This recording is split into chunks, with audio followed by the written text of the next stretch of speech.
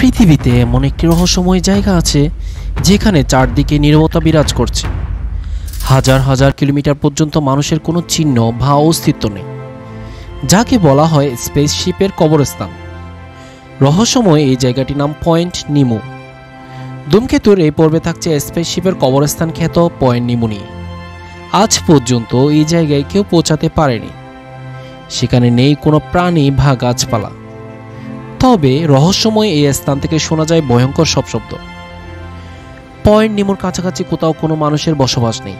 এই কারণে বিজ্ঞানীরা স্থানটির নাম ল্যাটিন ভাষায় নিমো রাখেন, যার অর্থ কেউ না। পয়েন্ট নিমো হল প্রশান্ত মহাসাগরের মাঝখানের একটি স্থানের নাম। স্টার দ্বীপপুঞ্জের মুটুনুই হল পয়েন্ট নিমোর সবচেয়ে কাছের ভূমি।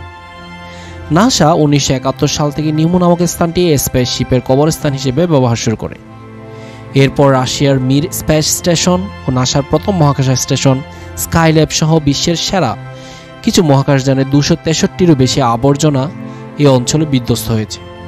এমনকি 2031 সালে যখন আন্তর্জাতিক মহাকাশ স্টেশনটি বিধ্বস্ত হবে, তখন সেটির ধ্বংসস্তূপও ফেরানো হবে নিমোতে। এটি দক্ষিণ আমেরিকা, অস্ট্রেলিয়া ও নিউজিল্যান্ডের মধ্যে বিদ্যমান, তবে এটি কোনো দেশের ভৌগোলিক এরিয়ার মধ্যে পড়ে নাই।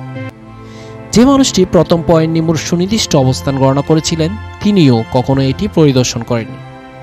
1992 সালে ক্রোয়েশিয়ান জরিপ প্রকৌশলী লুকাতেলা প্রশান্ত মহাসাগরের সঠিক বিন্দু খুঁজে বের করার জন্য যাত্রা শুরু করেছিলেন কম্পিউটার প্রোগ্রাম ব্যবহার করে। হঠাৎ করে তিনি ভূমি থেকে সবচেয়ে দূরের নিমো নামক স্থানটি খুঁজে পান। এভাবে আবিষ্কৃত হয় পয়েন্ট নিমো নামক রহস্যময় স্থানটি। ধূমকেতুর এই পর্বে পয়েন্ট নিমো নিয়ে এই পর্যন্তই। আমাদের পরবর্তী ভিডিওগুলো পাওয়ার জন্য চ্যানেলটি সাবস্ক্রাইব করে সাথে থাকুন। ধন্যবাদ।